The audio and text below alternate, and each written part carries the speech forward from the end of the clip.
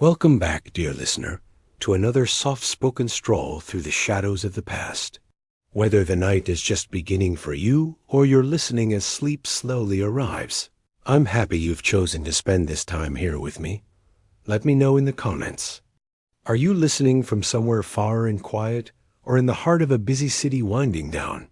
And if these calming explorations bring a sense of rest, please consider subscribing. There are countless more voices from the past still waiting to be heard. Others what's absolutely mind-blowing. Despite all this brutality, these children grew up to become some of the most feared and respected warriors, explorers, and traders in human history. They discovered America 500 years before Columbus. They struck fear into the hearts of European kingdoms, and they built a civilization that lasted for centuries. So, how did such miserable childhoods greet such legendary adults?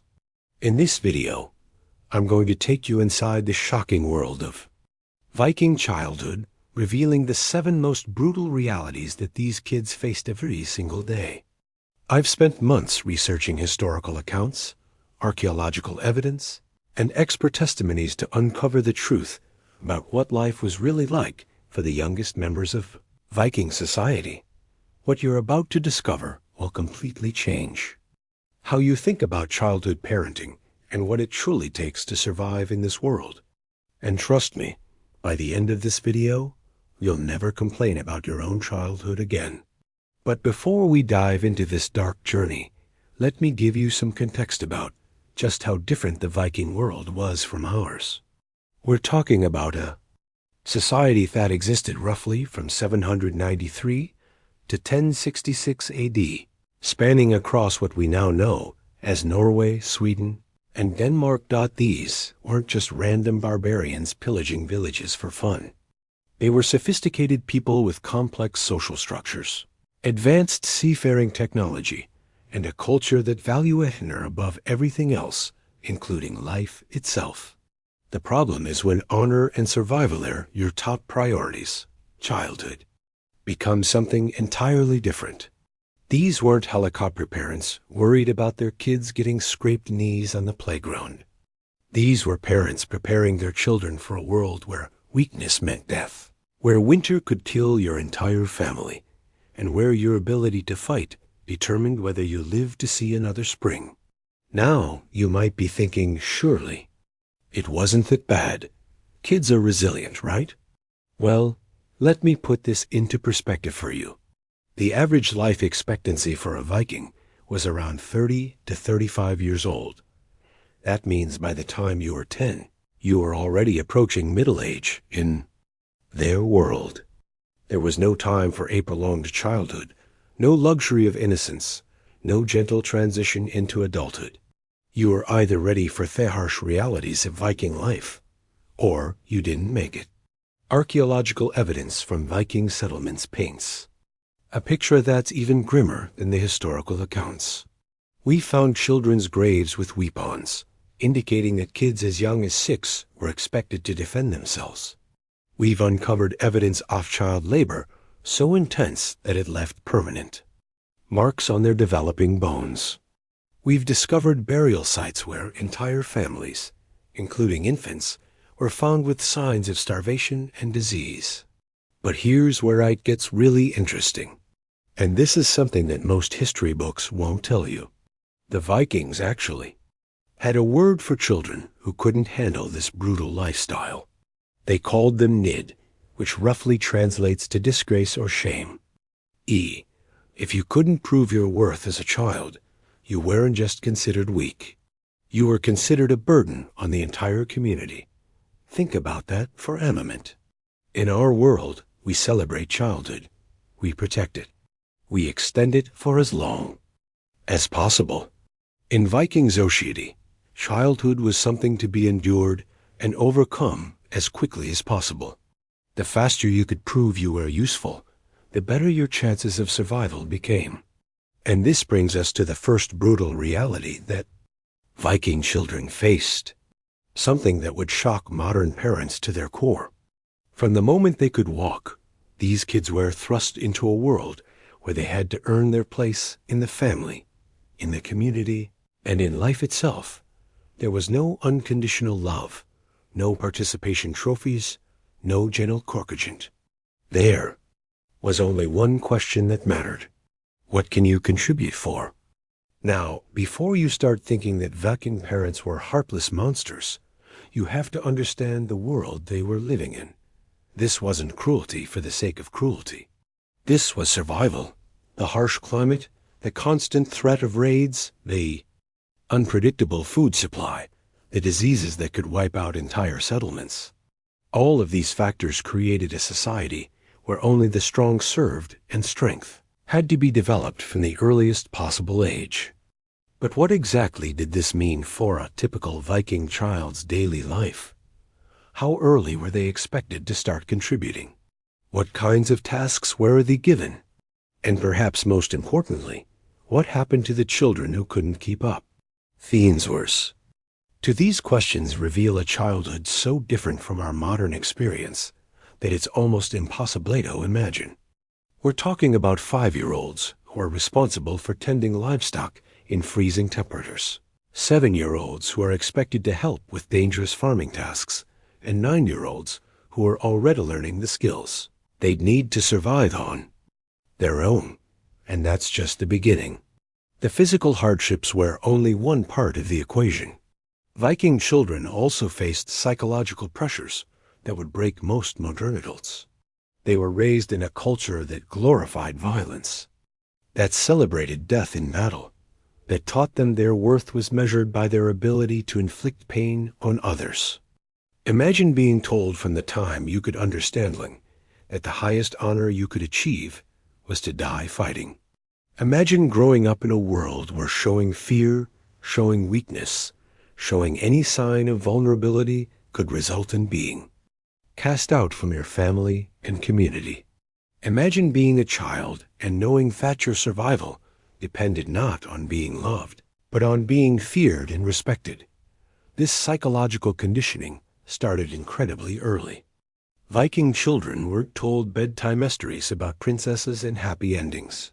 They were told stories about warriors who died gloriously in battle, about gods who rewarded violence and punished cowardice, about ancestors who earned their place in Valhalla through acts of brutality that would horrify modern audiences.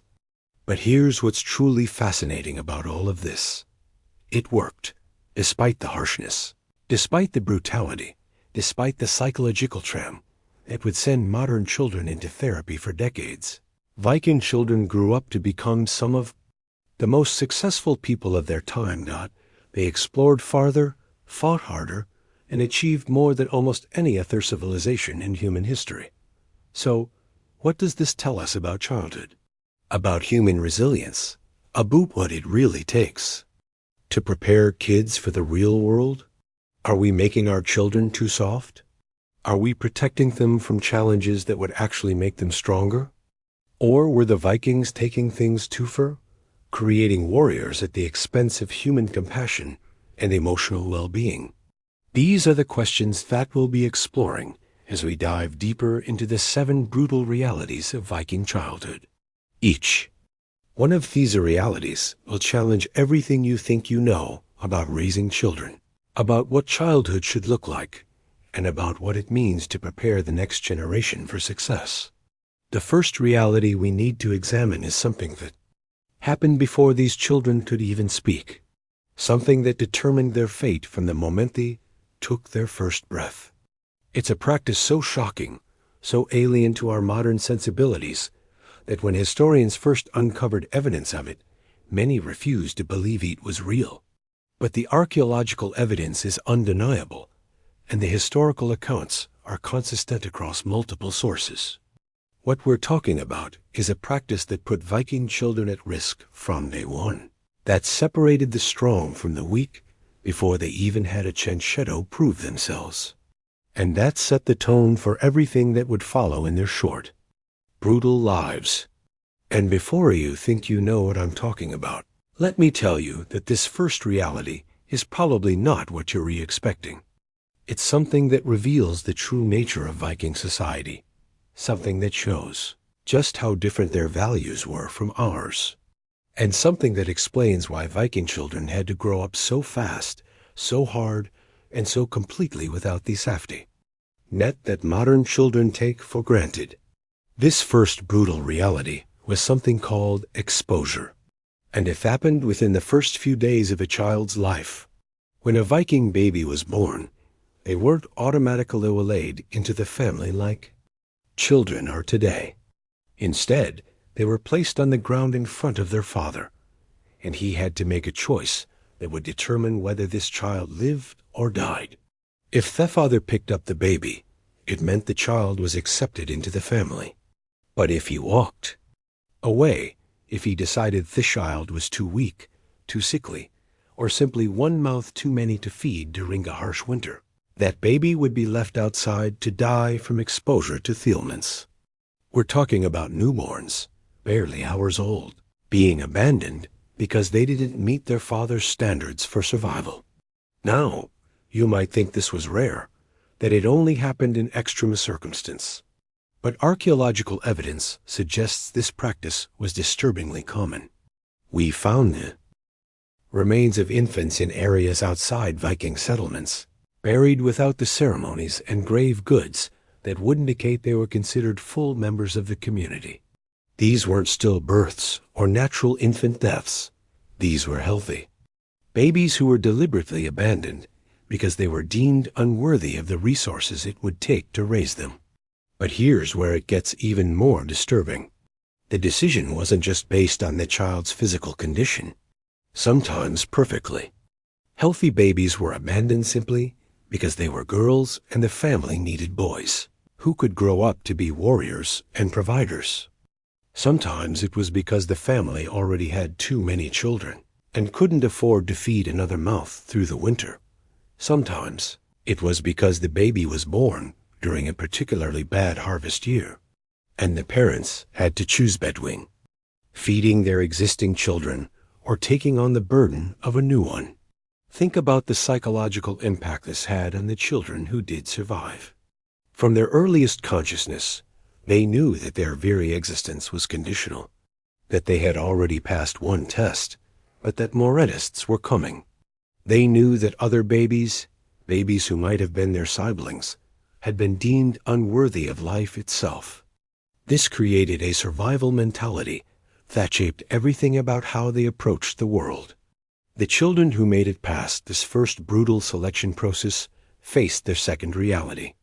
They were expected to contribute to the family's survival from the moment they could walk.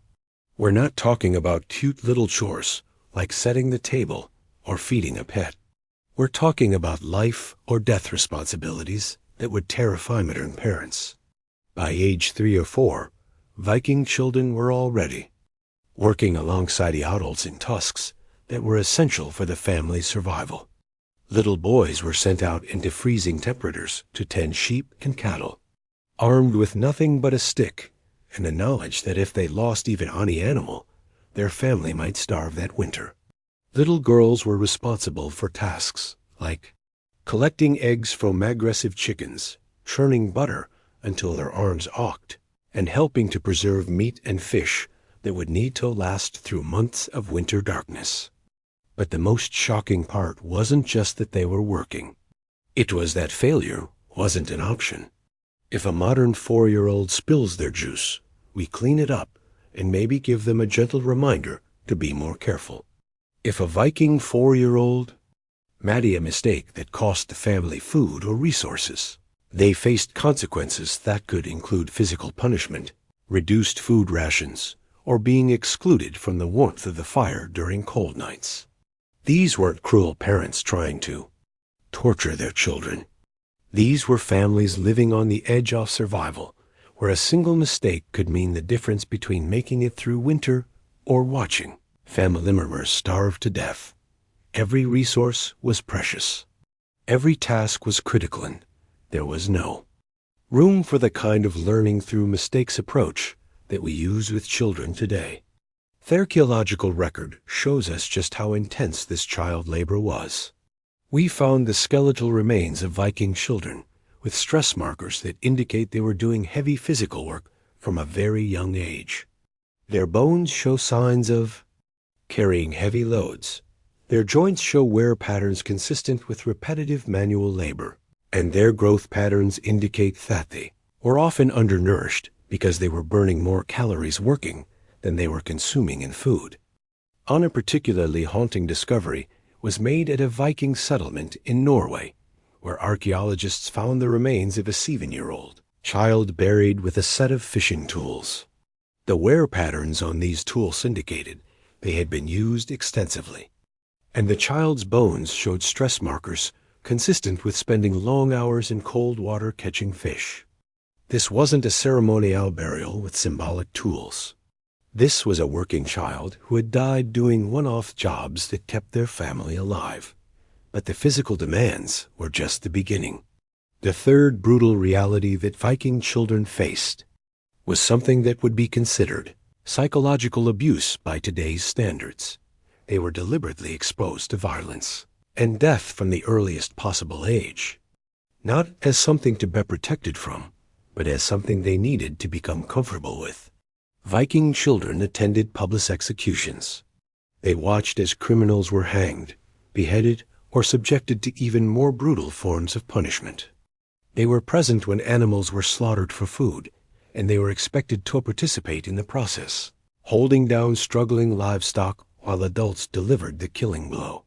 They witnessed raids and battles, saw the wounded and dying, being brought back to their settlements, and helped tend to injuries that would traumatize modern emergency room doctors. This wasn't accidental exposure to violence. This was deliberate conditioning designed to prepare these children for a world where violence was a daily reality. Viking parents believed that children who were sheltered from death and brutality would be unable to function when they inevitably encountered these things as adults. Better to expose them early, to harden them while they were young, than to send them into the world naive and unprepared. The psychological impact of this conditioning was profound. Viking children developed what we might recognize today as a form of dissociation, an ability to emotionally detach from violence and suffering that allowed them to function in their brutal world. They learned to suppress empathy, to view pain and death as natural parts of life, and to find satisfaction in inflicting violence on others. But this psychological conditioning came at a cost that the Vikings themselves probably didn't fully understand. We can see evidence in their sagas and historical records of what we would now recognize as symptoms of trauma. Viking warriors were known for their berserker rage, a battle frenzy that made them nearly unstoppable in combat, but also made them unpredictable and dangerous even to their own people. Some historians now believe this berserker behavior was actually a form of dissociative episode, a psychological response to the trauma of their violent upbringing. The fourth brutal reality brings us to something that would shock modern educators. Viking children received no formal education as we understand it. There were no schools, no teachers, no books, no systematic approach to learning. Instead, children learned through what we might call survival apprenticeship, where every lesson was directly tied to staying alive in their harsh world. A Viking boy learned to read by sitting in a classroom with picture books. He learned by memorizing the locations of dangerous rocks that could destroy ships, by identifying which clouds meant a deadly storm was coming, by recognizing the tracks of wolves that could kill him if he wandered too far from home. A Viking girl didn't learn math by counting colorful blocks. She learned by calculating exactly how much grain the family needed to survive winter, by measuring out precious salt to preserve meat, by keeping track of how many days of food remained when spring seemed like it would never come. This wasn't education. This was survival training disguised as childhood. But here's what makes this even more brutal. There was no second chance to learn these lessons. If a modern child fails a test, they can retake it, get tutoring, or repeat the grade. If a Viking child failed to learn a survival skill, the consequences could be fatal. Miss the signs of an approaching blizzard, and you might freeze to death. Forget which berries are poisonous, and you could kill yourself and anyone else who trusted your knowledge.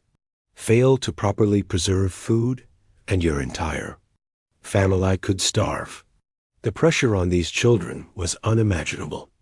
They had to absorb life or death information perfectly the first time, often while exhausted, hungry, and scared. There were no practice runs, no safe environments to make mistakes, no patient teachers who would explain things multiple times. You learned it right, or you died. Archaeological evidence from Viking settlements shows us just how comprehensive this survival education had to be. We found children's graves that contained miniature versions of adult tools, tiny axes, small knives, fishing hooks sized for our small hands. These weren't toys. These were working instruments that children used to contribute to their family survival.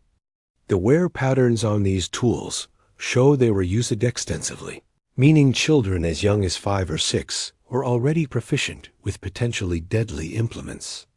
One of the most disturbing discoveries was made at a site in Iceland where archaeologists found what appeared to be a teaching area where children learned to butcher animals. The ground was stained with blood from countless slaughters and scattered. Around were small knives and bone tools clearly designed for children's hands. But what made this discovery truly haunting was the presence of human bones mixed in with the animal remains.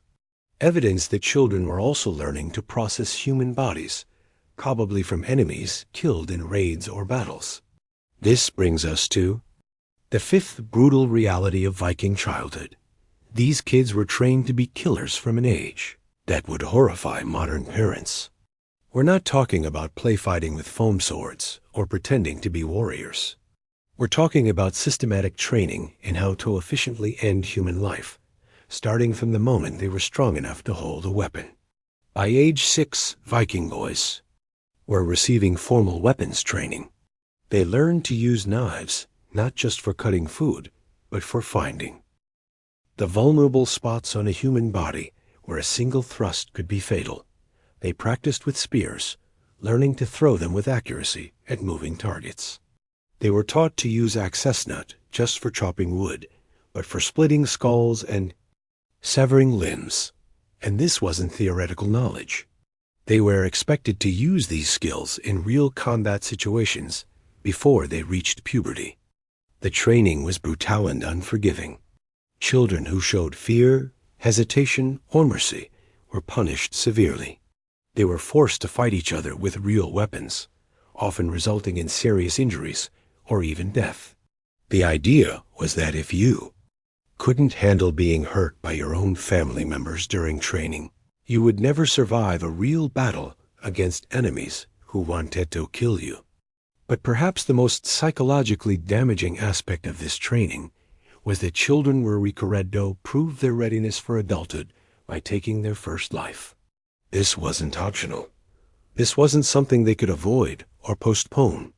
Before a Viking boy could be considered a man, he had to kill another human being, often in single combat, while his family and community watched and judged his performance.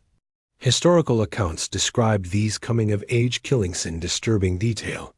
Boys as young as 10 or 11 were sent on raids specifically to earn their first kill. They were given weapons and armor placed in battle formations with adult warriors, and expected to engage enemy combatants in mortal combat. If they succeeded in killing an opponent, they were celebrated and welcomed into the ranks of adult warriors. If they failed, if they showed cowardice or killed themselves, they brought shame on their entire family. The psychological trauma of forcing children to commit murder as a rite of passage cannot be overstated. These weren't hardened criminals or psychopaths. These were kids, some barely out of elementary school age by our standards, being required to end human lives to prove their worth to their society. The long-term effects of this trauma shaped not just individual Vikings, but their entire culture's relationship with violence and death. Now you might be wondering about the girls. Surely Viking society didn't expect young girls to become killers too.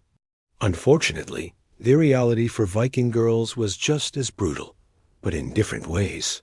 This brings us to the sixth crushing reality. Viking girls faced a childhood that was shaped by the constant knowledge that they were essentially property to be traded, sold, or given away at their father's discretion. From the moment a Viking girl survived the initial exposure test, her life was planned out for her in ways that would make modern feminists rage with fury. She wasn't being raised to become an independent person with her own dreams and ambitions. She was being prepared to be a commodity, a valuable asset that her father could use to forge alliances, settle debts, or gain political advantage. The preparation for this fate began immediately. While boys were learning to fight and kill, girls were learning skills that would make them valuable as wives and mothers. But this wasn't gentle domestic training like you might imagine. This was intensive, often painful preparation for a life of servitude that could begin at any moment. Viking girls as young as 7 were learning to spin thread while walking, so they could be productive even while traveling or fleeing from enemies. They learned to weave cloth so fine and strong that it could be used for ship sails, a skill that required hours of painful, repetitive work that left their hands raw and bleeding. They learned to brew ale and mead, which meant handling boiling liquids and dangerous fermentation processes that could explode and cause severe burns. But the most heartbreaking aspect of their training was learning to accept violence and abuse without resistance.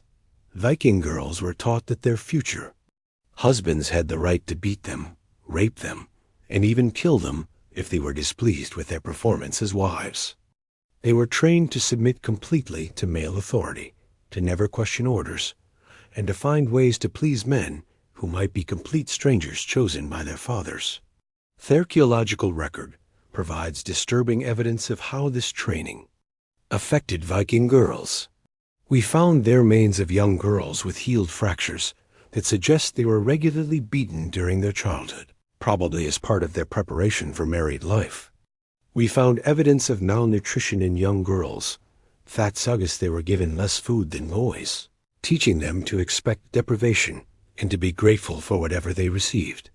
One particularly haunting discovery was made in Denmark, where archaeologists found the grave of a 9-year-old girl buried with a set of keys.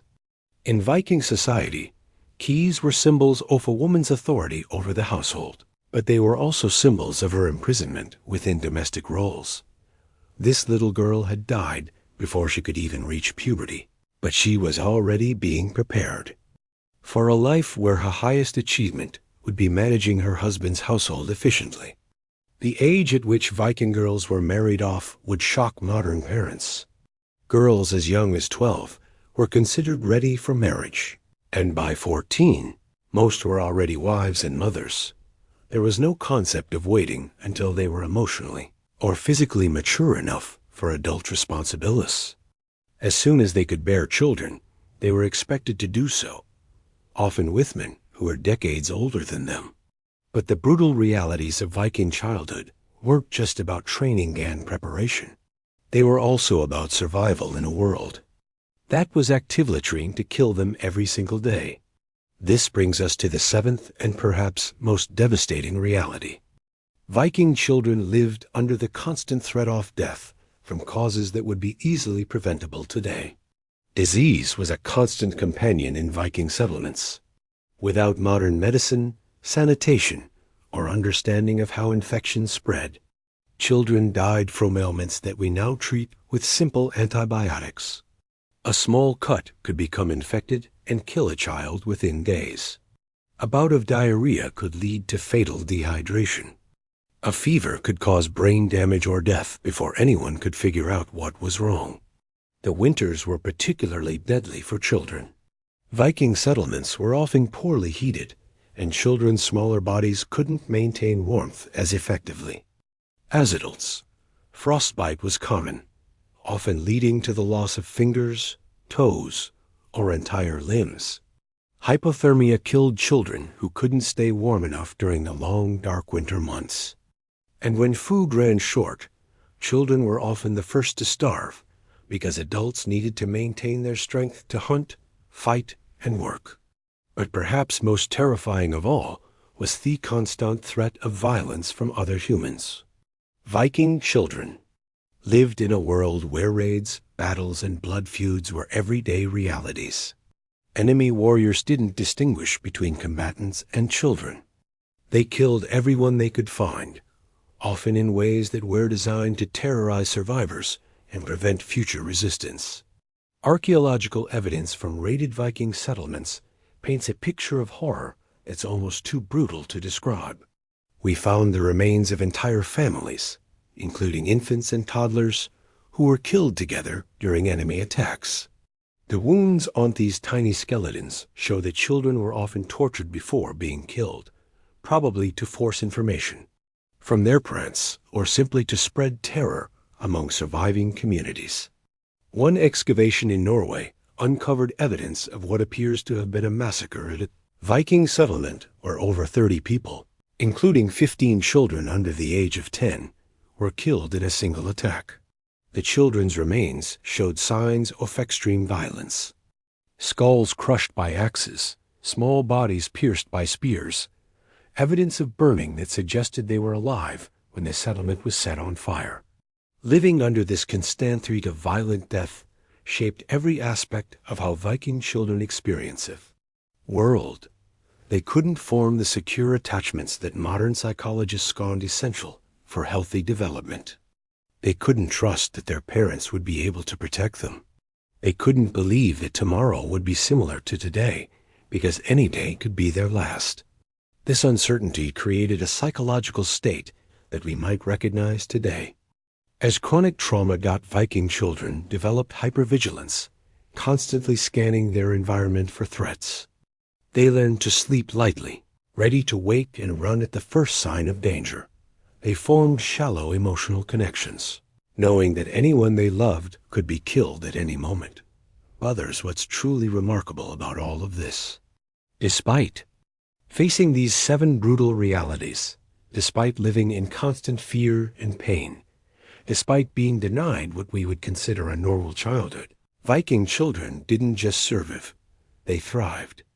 They grew up to become some of the most successful explorers, traders, and warriors in human history. How is this possible?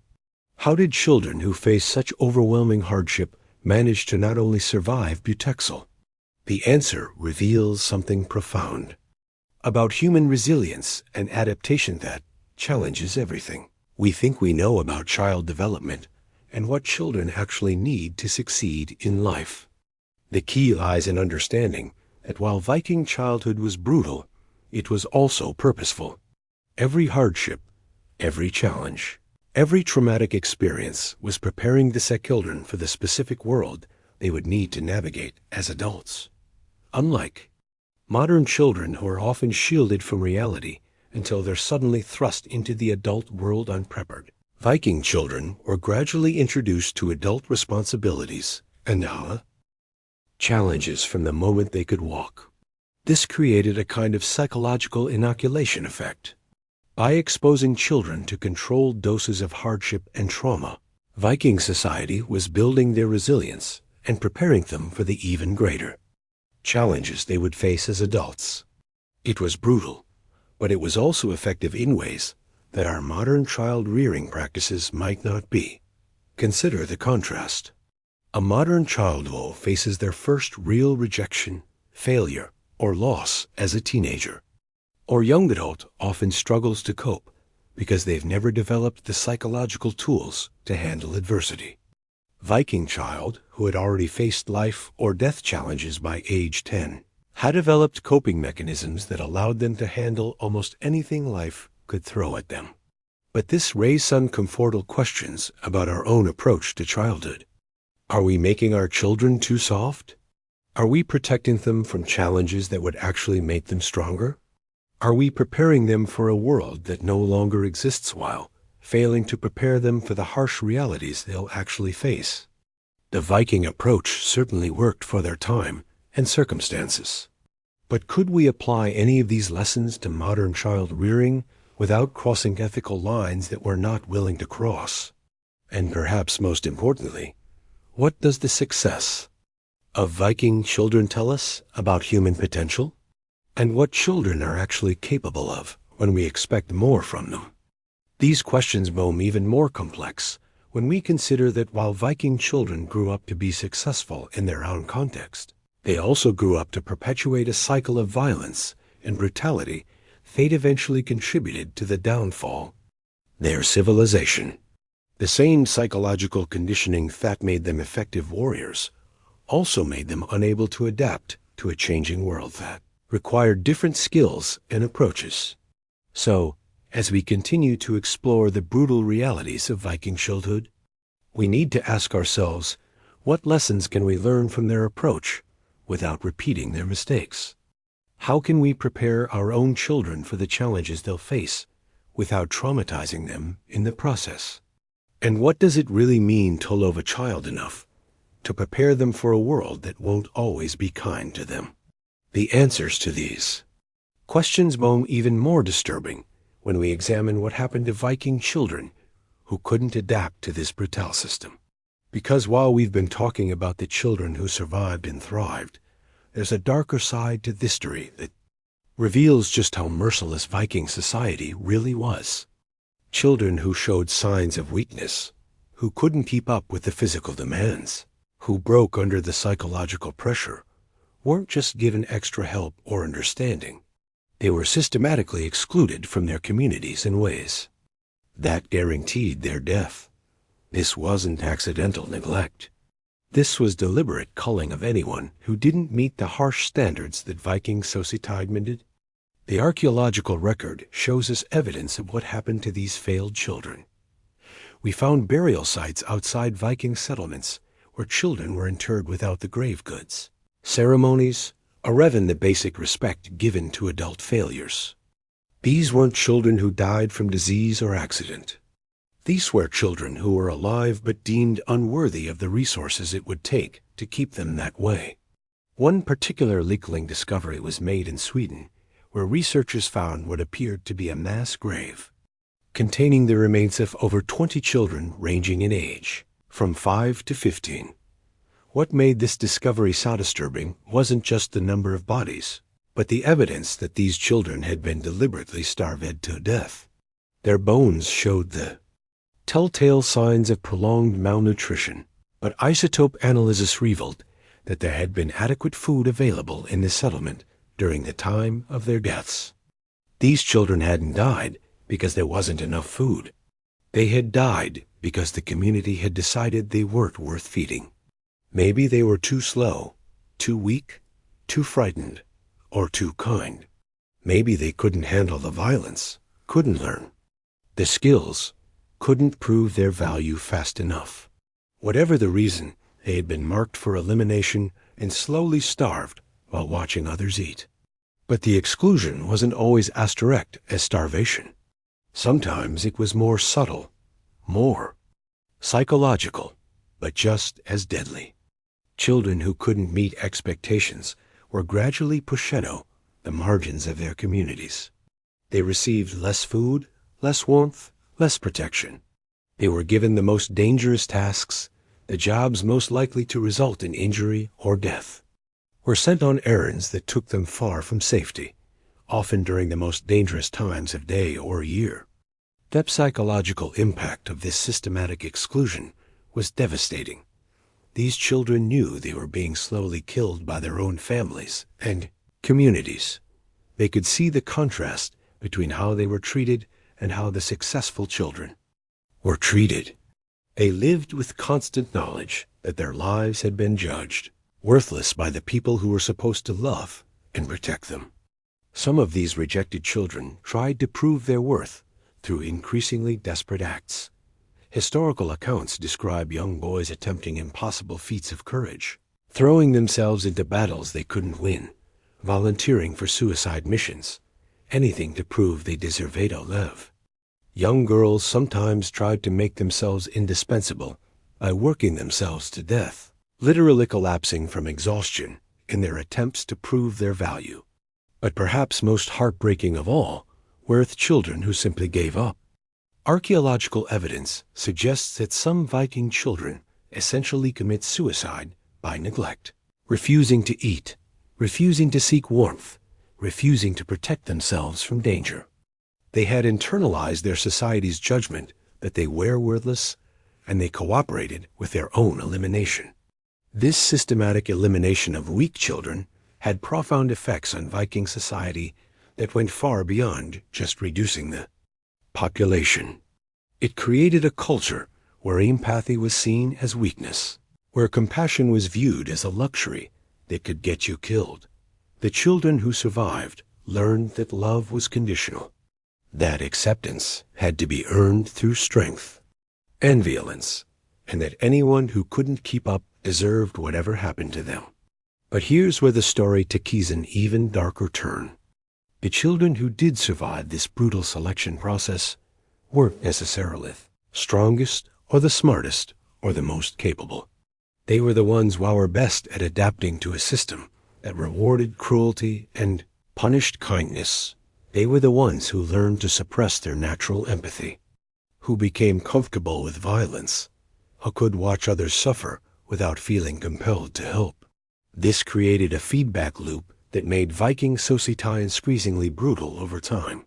Each generation that survived the childhood elimination process was slightly more hardened, slightly more cruel, slightly less capable of human compassion than the one before. The very process that was supposed to strengthen their society was actually warping it, creating people who were effective warriors, but increasingly unable to function in peaceful situations. Archaeological evidence from later Viking settlements shows this progression clearly. Earlier Viking sites show evidence of care for the elderly, the disabled, and the weak. Later sites show much less evidence of this care, suggesting that as the childhood selection process became more as ever, adults it produced, became less capable of empathy and compassion. This brings us to another brutal reality that Viking children faced. They were being raised not just to be warriors, but to be the kind of people who could commit atrocities without feeling guilty about it. The psychological conditioning they underwent wasn't just about preparing them for violence. It was about preparing them to enjoy violence, to find satisfaction in causing pain, to view the suffering of others as entertainment or proof of their own superiority. The training methods used to achieve this psychological transformation would be considered torture by modern standards. Children were forced to watch and participate in increasingly brutal acts with their reactions carefully limited. Children who showed distress, who tried to look away, who expressed sympathy for victims, were punished severely until they learned to suppress these natural human responses. One historical account describes a training exercise where Viking children were required to torture captured enemies while adult warriors watched and provided feedback on their technique. Children who were too gentle, who killed their victims too quickly, who showed any sign of mercy, were beaten and forced to start over with new victims. The goal wasn't just to teach them how to inflict pain, but to teach them to enjoy it. The psychological techniques used in this conditioning were sophisticated and effective. Children were taught to dehumanize their victims, to view them as less than human, and therefore unworthy of compassion. They were taught to associate violence with pleasure, success, and social approval. They were rewarded for cruelty and punished for kindness until the natural human responses were completely reversed. But perhaps the most insidious aspect of this conditioning was that it was presented as love. Parents told their children that they were preparing them for success, that they were giving them the tools they would need to survive and thrive. The brutality was framed as care, the cruelty as kindness, the trauma as gift. This created profound psychological confusion in Viking children that followed them into adulthood. They learned to associate a love with pain, care with cruelty, protection with violence. They developed attachment patterns that were deeply dysfunctional, unable to form healthy relationships based on mutual respect and genuine affection. The effects of this psychological conditioning can be seen in Viking family structures, which were characterized by high levels of domestic violence, child abuse, and emotional dysfunction. Viking marriages were often brutal affairs where husbands routinely beat their wives and children, and where this violence was seen as normal and even necessary for maintaining proper family order. But the conditioning didn't just affect family relationships. It affected every aspect of how Vikings interacted with the world around them. They became a society that could only understand relationships in terms of dominance and submission, strength and weakness, predator and prey. They lost the ability to cooperate, to compromise, to find peaceful solutions to conflicts. This psychological rigidity ultimately became one of the factors that led to the decline of Viking civilization. As the world around them changed, as other societies developed more sophisticated approaches to diplomacy, trade, and governance, the Vikings found themselves unable to adapt. They had been so thoroughly conditioned for violence that they couldn't function effectively in situations that required different skills. The irony is that the very childhood conditioning that made Vikings so successful in their early expansion also made them unable to maintain their success over the long term. They had created a society of warriors who were perfectly adapted for conquest but completely unprepared for peace administration or the kind of complex social cooperation that lasting civilizations require. This brings us to another devastating aspect of Viking childhood that reveals just how completely these children were being prepared for a life of violence and early death. Viking children weren't just trained to be warriors. They were trained to be disposable warriors, people whose primary value lay in their willingness to die for their community's goals. The concept of a good death was central to Viking culture, and children were indoctrinated with this idea from their earliest years. They were taught that the highest honor they could achieve was to die in battle, that living to old age was actually shameful, that a warrior who died embedded failed to fulfill his purpose in life. This death worship had profound effects in how Viking children viewed their own lives and futures. Unlike modern children who were taught to plan for long, productive lives, Viking children were taught to plan for glorious deaths. They weren't encouraged to think about what they wanted to accomplish over decades of life. They were encouraged to think about how they wanted to be remembered for the brief, violent lives they were expected to live. Archaeological evidence shows that this death worship was so pervasive that children as young as 8 were being buried with full warrior gear, suggesting that they were already being prepared for deaths that could come at any moment. These weren't ceremonial burials. These were practical preparations for children who were expected to die young and violently. The psychological impact of growing up with the expectation of early violent death cannot be overstated.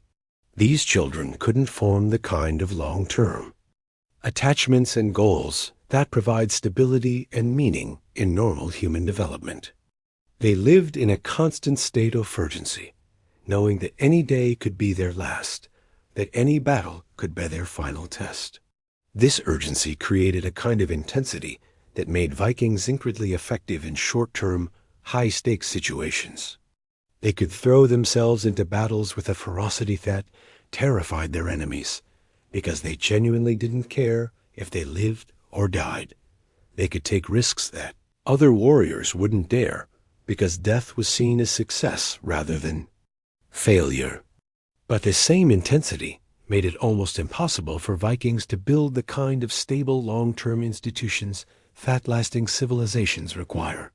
They were so focused on immediate violent solutions that they couldn't develop the patience and persistence needed for agriculture, architecture, governance, or any of the other skills that turn temporary conquests into permanent achievements. The children who grew up under this system were psychologically incapable of the kind of long-term thinking that builds civilizations. They had been trained to think in terms of battles and raids, not generations and centuries. They could conquer territories, but they couldn't hold them. They could inspire fear, but they couldn't inspire loyalty. They could destroy, but they couldn't create. And perhaps most tragically of all, they couldn't raise children who were any different from themselves. The traumatized, violence-obsessed adults that the Viking childhood system produced could only pass on trauma and violence to the next generation. They had no model for healthy child rearing, no understanding of how to prepare children for anything other than the same brutal existence they had endured. This created a cycle of trauma that lasted for generations, where each cohort of Viking children was slightly more damaged than the one before, slightly less capable of human connection, slightly more dependent on violence as their primary means of interacting with the world. The long-term effects of this generational trauma can be seen in the historical record of Viking society's decline.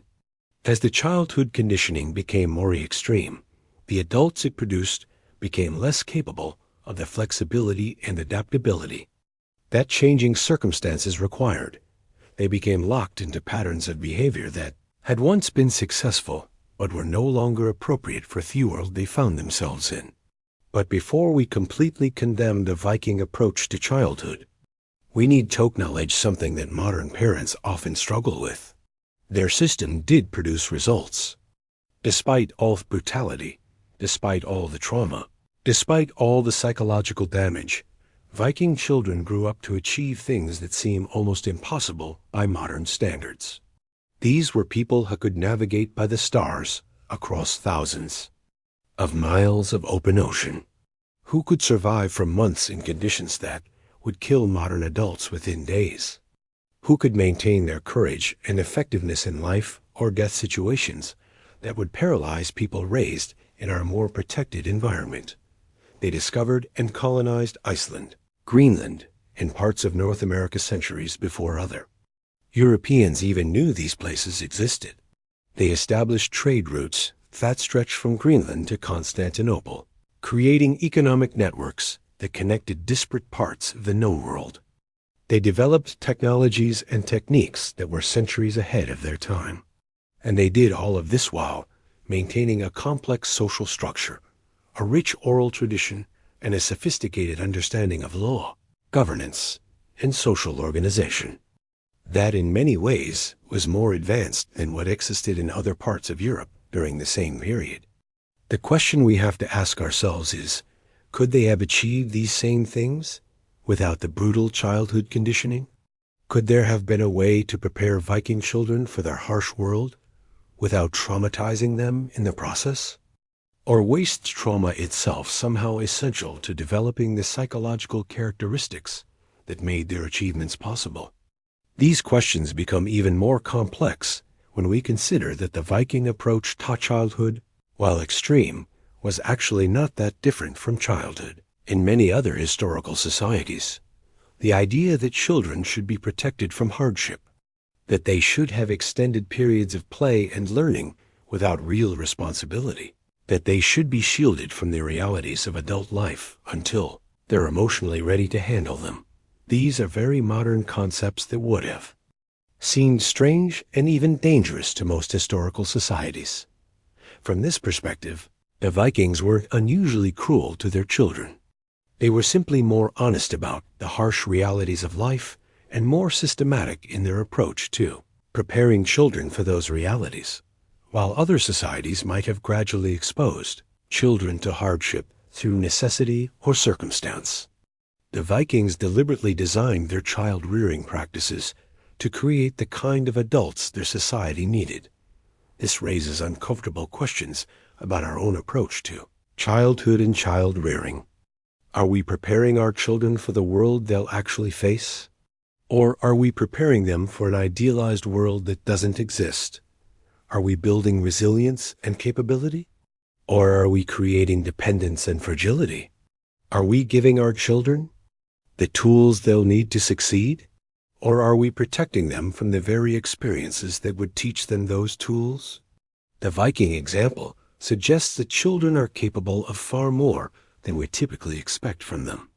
that they can handle much greater responsibilities and challenges than we usually give them, and that they can develop remarkable capabilities when those capabilities are necessary for survival. But it also shows the terrible cost of pushing children too far too fast in ways that prioritize short-term effectiveness over long-term psychological health and social stability. The Vikings created incredibly capable individuals, but they also created a society that was ultimately unsustainable because it was built on trauma, violence, and the systematic suppression of human empathy and compassion. The challenge for modern parents and educators is finding a way to prepare children for real-world challenges without traumatizing them in the process, to build resilience without breaking spirits, to create capability without destroying compassion. This balance is particularly important because the world our children will face is in many ways just as challenging as the world Viking children faced, just in different ways. They'll need to be resilient, adaptable, and capable of handling adversity. But they'll also need to be empathetic, collaborative, and capable of building the kind of cooperative relationships that our complex, interconnected world requires. Viking example shows us both what's possible when we expect more from children, and what can go wrong when we push them beyond their psychological limits. It's a cautionary tale about the dangers of prioritizing strength over kindness, effectiveness over empathy, short-term success over long-term sustainability. But it's also a reminder that children are far more capable and resilient than we often give them credit for, and that sometimes our desire to protect them from hardship might actually be preventing them from developing the capabilities they'll need to handle the real challenges they'll face in their own lives. As we continue to explore the brutal realities of Viking childhood, these questions about balance, preparation, and the true meaning of love and protection become even more pressing and complex. The tragedy of this approach becomes even clearer when we examine what happened to Viking children who tried to resist the system, who held on to their natural empathy despite everything their society did to crush it. These children faced a particularly cruel fate because they were seen not just as weak, but as actively dangerous to the community's survival. Viking society had a term for children who showed too much compassion or refused to participate in violence. They called them blau, which roughly translates to soft or cowardly, but carried connotations that were far more damning than our modern understanding of those words. A child labeled as blau wasn't just considered unfit for warrior life. They were considered a threat to the entire community's survival. The reasoning behind this harsh judgment reveals the psychological trap that Viking society had created for itself. They believed that compassion was contagious, and if one child refused to participate in violence, others might follow their example. This could weaken the entire generation's willingness to fight, leaving the community vulnerable to enemies who had no such qualms about brutality. Archaeological evidence from several Viking sites shows what happened to these compassionate children. We found burial sites where young people were interred with their hands bound, suggesting they were tied up before being killed. Isotope analysis of their bones reveals that they were often starved for extended periods before death, probably as punishment for their refusal to conform to violent expectations.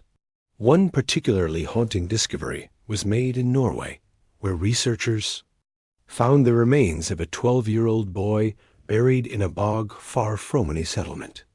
The preservation conditions allowed them to determine that he had been beaten severely before death with injuries consistent with prolonged torture. Most disturbing of all, carved into a piece of wood found near the body was a runic inscription. That roughly translates to, "He who will not kill deserves to die." This wasn't an isolated incident. Historical sagas contain numerous references to children being executed for showing mercy, for refusing to participate in raids, or for trying to help enemy wounded.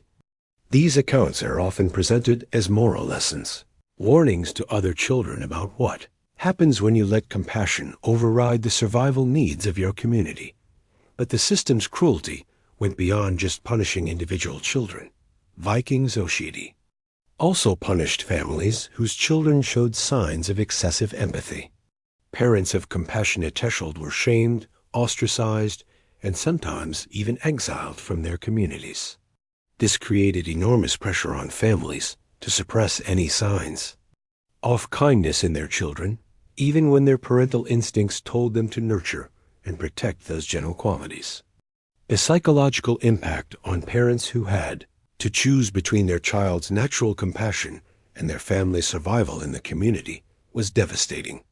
Historical accounts describe mothers weeping as they forced their children to participate in violence, fathers who had to beat kindness out of sons they loved, families torn apart by the impossible choice between humanity and survival.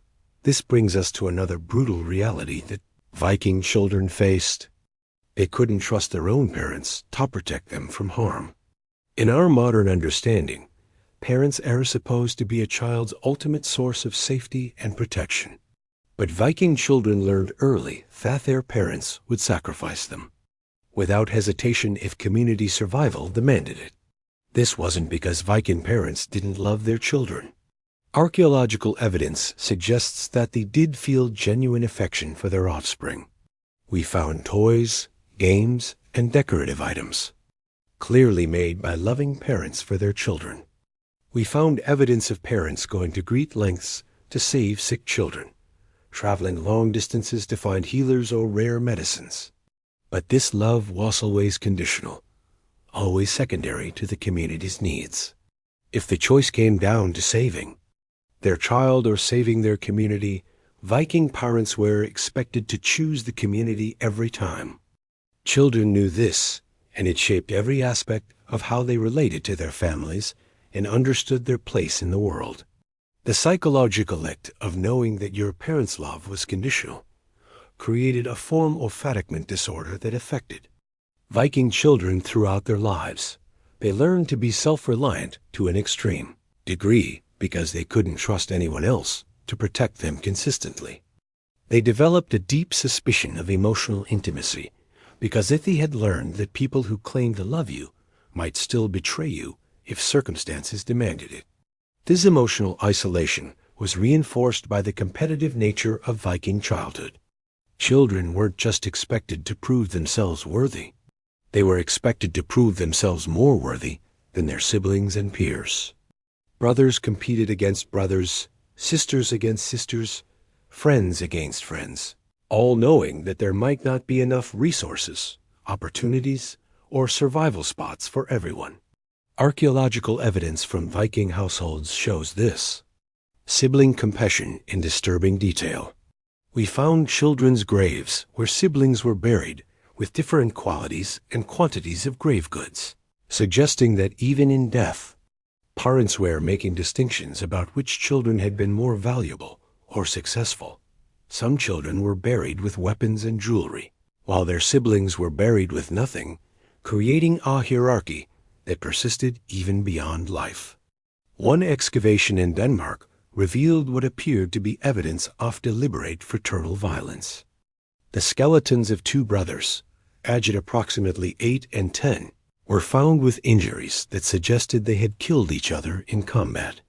The positioning of bodies and the nature of the wounds indicated this wasn't an accident or play fighting gone wrong. These children had engaged in mortal combat, probably as part of some test or competition that their family or community had arranged. The pressure to outperform siblings created a toxic family dynamic where children couldn't rely on each other for support or comfort.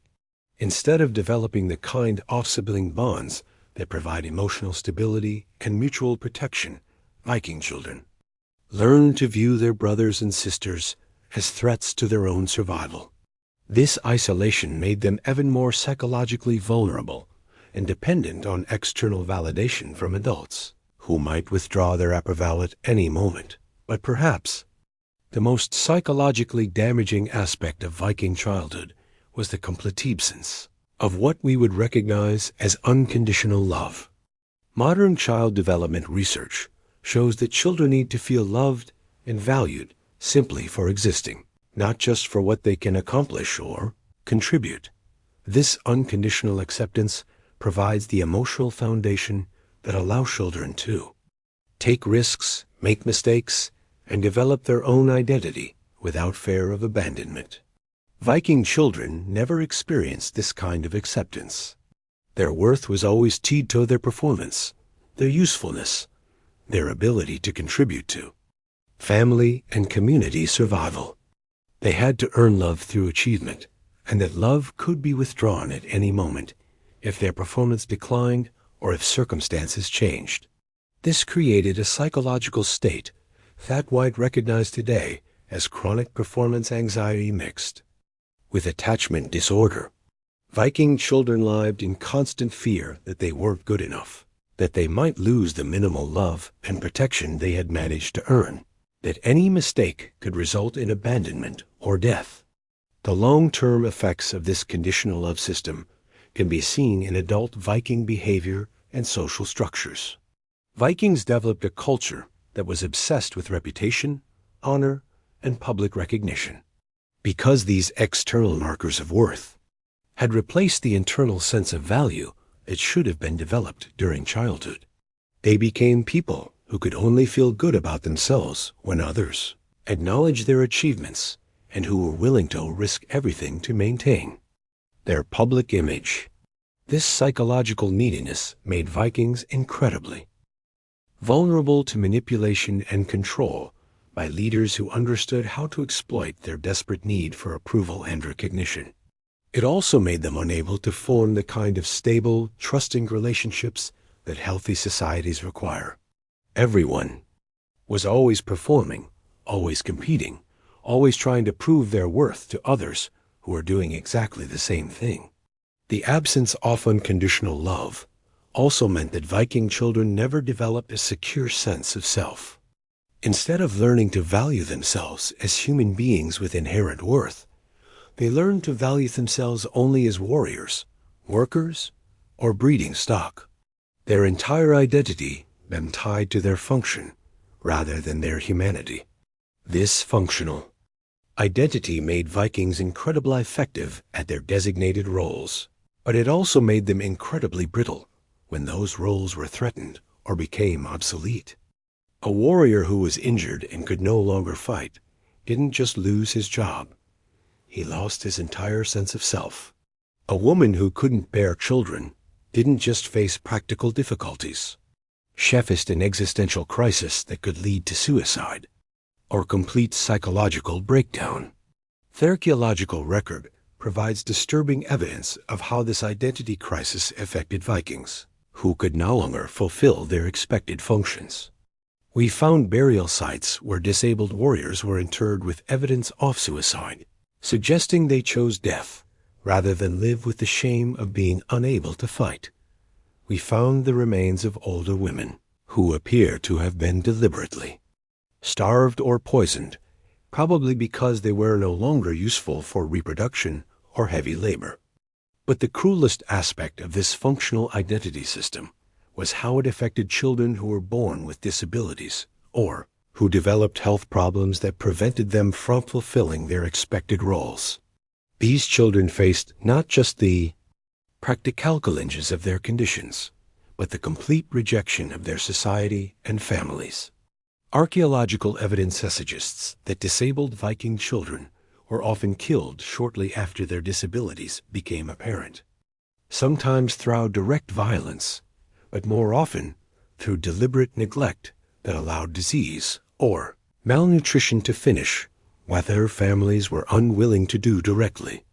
We found the remains of children with cleft palates, club feet, and other conditions that would be easily treatable today, but that marked them as useless in Viking society. One particularly heartbreaking discovery was made in Iceland, where archaeologists found the skeleton of a child who had been born with what appears to have been cerebral palsy. The child had lived to approximately age 7, but isotope analysis showed that they had been severely malnourished for most of their life. Most disturbing of all, The child had been buried alone, far from the family burial ground, suggesting that even in death, they were not considered part of the family. The treatment of disabled children reveals perhaps the most fundamental cruelty. A Viking childhood, the complete absence of value placed on human life for its own sake. Children weren't loved because they were human beings with inherent worth and dignity. They were valued only for what they could contribute to their family and community survival and success. This utilitarian approach to human life created a society where empathy, compassion, and care for the vulnerable was seen as dangerous weaknesses that threatened everyone's survival. Vikings learned to suppress their natural human instincts to protect and nurture the helpless, because those instincts could get them killed in their harsh world. But suppressing these instincts came at a terrible psychological cost that affected not just individuals, but their entire civilization. A society that can't care for its weakest members, that sees compassion as weakness, that values function over humanity, ultimately becomes incapable of cooperation and mutual support that complex civilizations require. The Vikings' inability to develop these cooperative skills became increasingly problematic as their world became more complex and interconnected.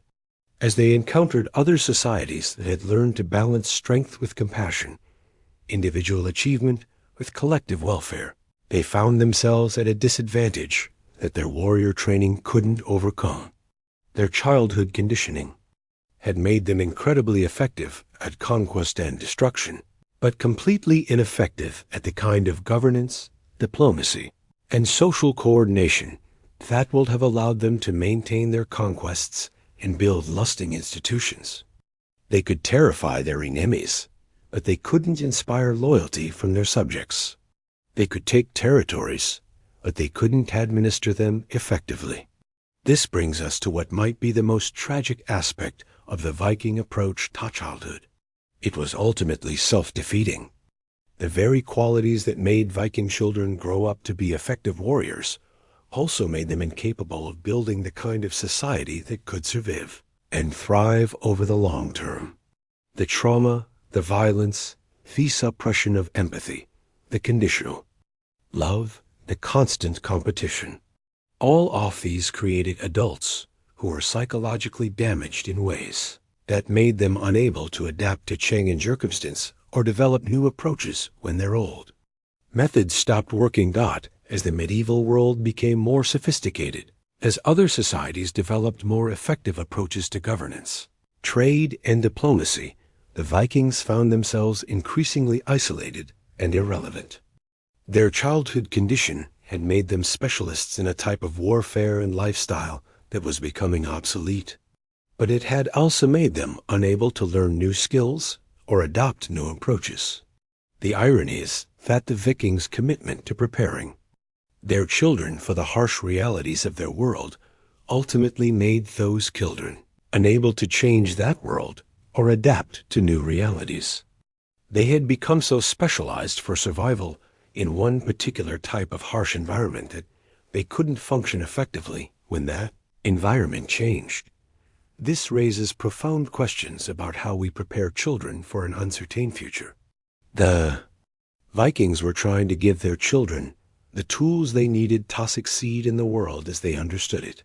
But by making their preparation too specific, too rigid, too focused on a particular set of challenges, they actually made their children less capable of handling the differential edges that eventually arose. The Viking example suggests that true preparation for an uncertain future requires not just toughness and resilience, but also flexibility, adaptability, and the ability to learn new approaches when old ones stop working. It requires not just individual strength, but also the ability to cooperate with others and build the kind of social connections that provide mutual support during difficult times. Most importantly, it suggests that preparing children for hardship shouldn't come at the cost of their humanity. The Vikings' attempt to create super warriors by suppressing empathy and compassion ultimately backfired because of those human qualities turned out to be essential for long-term success and survival. But as we continue to examine the brutal realities of Viking childhood, we need to remember Thathies weren't monsters or psychopaths making deliberate choices to torture children. These were parents and communities doing what they genuinely believed was necessary to give their children the best possible chance of survival in an incredibly harsh world. The tragedy of Viking childhood lies not in the cruelty of individual parents or communities, but in the impossible situation they found themselves in. They were trying to prepare children for a world that was genuinely brutal, where weakness really could mean death, where the stakes of every decision were life or death for entire families and communities. In that context, many of their approaches make a terrible kind of sense. If your child really might need to kill someone before they reach puberty in order to survive, then starting weapons training early becomes a form of love rather than abuse. If showing mercy really could get your entire family killed by enemies who show no mercy themselves, then suppressing empathy becomes a survival skill rather than psychological damage. The question we have to ask ourselves is, were there alternatives? Could Viking parents have found ways to prepare their children for their harsh world without traumatizing them so severely? Could they have built resilience without destroying compassion, strength without eliminating empathy? Or were they trapped by circumstances beyond their control, forced to choose between their children's psychological well-being and their physical survival with no good options available? These questions become even more complex when we consider that some Viking children did manage to maintain their humanity despite the brutal conditioning they experienced. Archaeological and historical evidence suggests that there were Vikings who found ways to be both effective warriors and compassionate, human beings who managed to succeed in their violent world without losing their capacity for love and empathy. But these individuals were exceptions, and they often paid a high price for maintaining their humanity in a society that saw it as weakness. Many of them died young, killed by enemies, or even by their own people who saw their compassion as a threat to community survival. The existence of these exceptions raises tantalizing questions about what might have been possible if Viking society had found ways to value both strength and compassion, both individual achievement and collective welfare, both warrior skills and human empathy. Could they have created a civilization that was both effective and humane? Could they have prepared their children for their harsh world without destroying their capacity for love and cooperation? Could they have built something that lasted, something that adapted and grew instead of burning bright and then collapsing?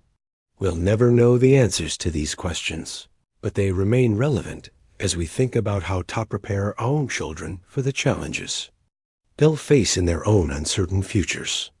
The psychological war that Viking society waged against its own children didn't end with weapons training and exposure to violence. There was another layer of brutality that modern parents would find almost incomprehensible: the deliberate destruction of childhood innocence through forced participation in the darkest aspects of human behavior. Viking children weren't just witnesses to their society's brutality.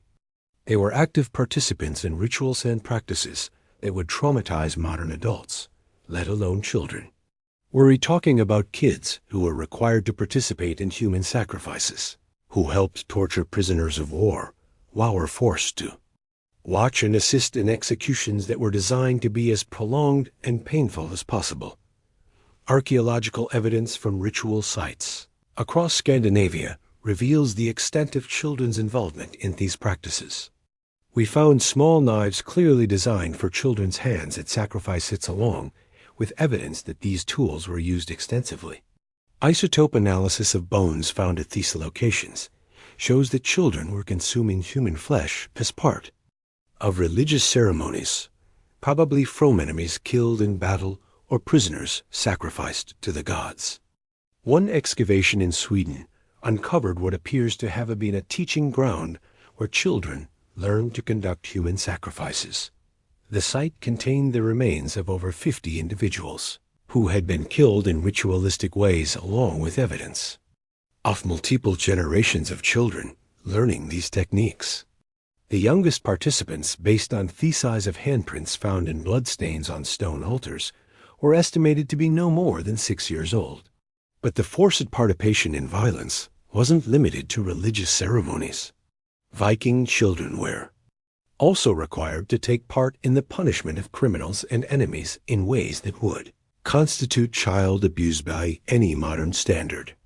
They were expected to throw stones at people being executed, to help with tortures designated to extract information or confessions, to participate in the systematic brutalization of anyone their community deserving of punishment.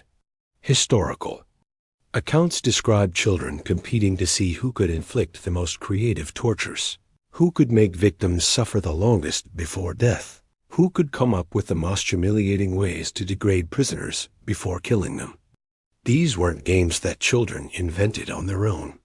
These were organized activities, supervised and encouraged by adults who believed that early exposure to extreme violence was necessary preparation for adult life. The psychological impact of forcing children to participate in torture and murder cannot be overstated. These experiences didn't just harden them for future violence. They fundamentally rewired their brains in ways that made normal human empathy and compassion almost impossible to maintain.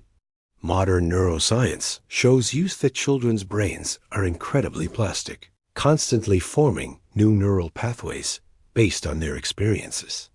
When those experiences consistently end inflicting pain on others, receiving rewards for cruelty, and being punished for showing mercy, the brain literally rewires itself to make violence feel natural and compassion feel dangerous. Viking children who participated in these activities were essentially having their capacity for normal human emotion surgically removed through psychological conditioning. They were being turned into people who could only feel pleasure through dominance and pain, who could only connect with others through shared violence, who could only understand the world in terms of predators and prey. But perhaps even more disturbing than the violence itself was the way it was integrated into every aspect of daily life. Viking children didn't just witness or participate in occasional battles or ceremonies. They lived in a constant state of low-level brutality that normalized suffering and made cruelty seem like the natural order of things. Consider the treatment of animals in Viking society.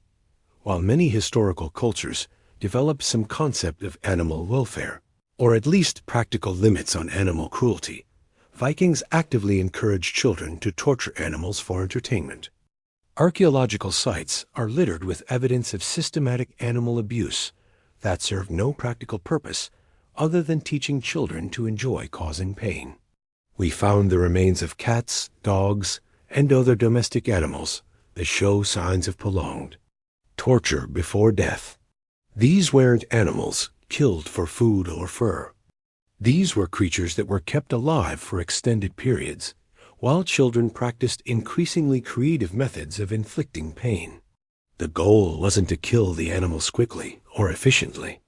The goal was to make them suffer as much as possible, for as long as possible. Children who showed reluctance to participate in animal torture were forced to continue until they could perform these acts without showing distress. The adults supervising these activities weren't sadists who enjoyed watching children suffer. They genuinely believed they were preparing these kids for a world where the ability to inflict pain without feeling guilty about it was essential for survival. This normalization of cruelty extended to how Viking children treated each other. Bullying wasn't just tolerated in Viking society. It was actively encouraged as a way of establishing hierarchies and weeding out weakness. Children were expected to compete with each other through increasingly violent means, with adults intervening only to make sure that the violence was directed appropriately. Archaeological evidence from Viking settlements shows that children regularly inflicted serious injuries on each other during these supervised competitions. We found the skeletons of kids with healed fractures, missing teeth, and scarring that indicates. They were repeatedly beaten by their peers as part of their normal childhood experience. But the adults didn't just allow this violence. They structured it, organized it, and used it as a teaching tool. Children who were effective at dominating their peers were rewarded and given higher status within their families and communities. Children who were victimized were taught that their suffering was their own fault for being weak, and that their only options were to become stronger or accept their position as victims. This created a social dynamic where children learned that relationships were fundamentally about power, that other people existed either to be dominated or to dominate them, and that cooperation or mutual support were signs of weakness that would be exploited by anyone smart enough to recognize them. The psychological damage from this competitive cruelty was compounded by the complete absence of adult protection for vulnerable children. In modern societies, adults are expected to intervene when they see children being bullied or abused by their peers. In Viking society, adult intervention was reserved for situations where the violence was disrupting community goals or destroying valuable resources. If a strong child was systematically torturing a weaker one, adults wouldn't step in if the torture was interfering with the weaker child's ability to perform necessary work, or if it seemed likely to result in death before the child had contributed their expected value to the community. Otherwise, the torture was seen as a natural part of establishing social order and preparing both children for their adult roles. This systematic abandonment of vulnerable children created a society where the strong felt entitled to abuse the weak, where victims learned to see their suffering as natural and deserved, and where the basic human instincts for mutual protection and support were systematically destroyed. But the cruelty of Viking childhood extended beyond just the violence and competition. There was another aspect of their upbringing that reveals the depth of psychological manipulation the children faced: the complete control of information and the systematic distortion of reality that shaped their understanding of the world. Viking children weren't allowed to develop their own understanding of right and wrong, good and evil, or even basic cause and effect. Instead, they were fed a carefully constructed version of reality that justified their society's brutality and made alternatives literally unthinkable. From their earliest years, Viking children were told stories that portrayed violence as noble, cruelty as necessary, and compassion as dangerous weakness that led to destruction and death. They weren't just taught that their enemies were evil. They were taught that evil was defined as anything that interfered with their community's ability to dominate and control others. These weren't just bedtime stories or entertainment. These were systematic indoctrination sessions designed to shape how children understood the fundamental nature of reality. Children who questioned these stories, who suggested alternative entry tree, or who expressed sympathy for the victims described in these tales, were punished severely until they learned to suppress their natural moral instincts. Archaeological evidence suggests that this indoctrination was so thorough that many Viking children literally couldn't conceive of alternatives to violence as solutions to problems. When faced with conflicts or challenges, they automatically thought in terms of who to hurt, who to kill, or to dominate, because those were the only problem-solving strategies they had been taught. This mental conditioning was reinforced by the complete isolation of Viking children from alternative viewpoints or ways of life. Unlike modern children who are exposed to multiple perspectives through media, travel, or contact with diverse communities, Viking children were deliberately kept ignorant of how other societies functioned. When Viking children did encounter people from other cultures, it was usually in the context of raids or battles where those people were presented as enemies to be killed or slaves to be captured. They weren't allowed to learn about alternative social structures, different approaches to child rearing, or peaceful ways of resolving conflicts, because such knowledge might make them question their own society's methods. This intellectualization created a kind of psychological prison where Viking children couldn't imagine alternatives to their brutal existence, even when they were suffering under it. They had been so thoroughly conditioned to see their world as the only possible world that rebellion or escape seemed literally impossible. The few historical accounts we have of Viking children trying to run away or join other societies always end in tragedy. These children had been so damaged by their upbringing that they couldn't function in more peaceful environments. They had been trained to interpret kindness as weakness, cooperation as manipulation, and peaceful conflict resolution as cowardice. When they encountered societies that operated on different principles, they often reacted with violence because that was the only way they knew how to interact with others. This usually resulted in their being killed or expelled, sending them back to their original communities, even more convinced that their brutal world was the only one where they could survive. But perhaps the most insidious aspect of this information control was how it affected Viking children's understanding of their own emotions and experiences.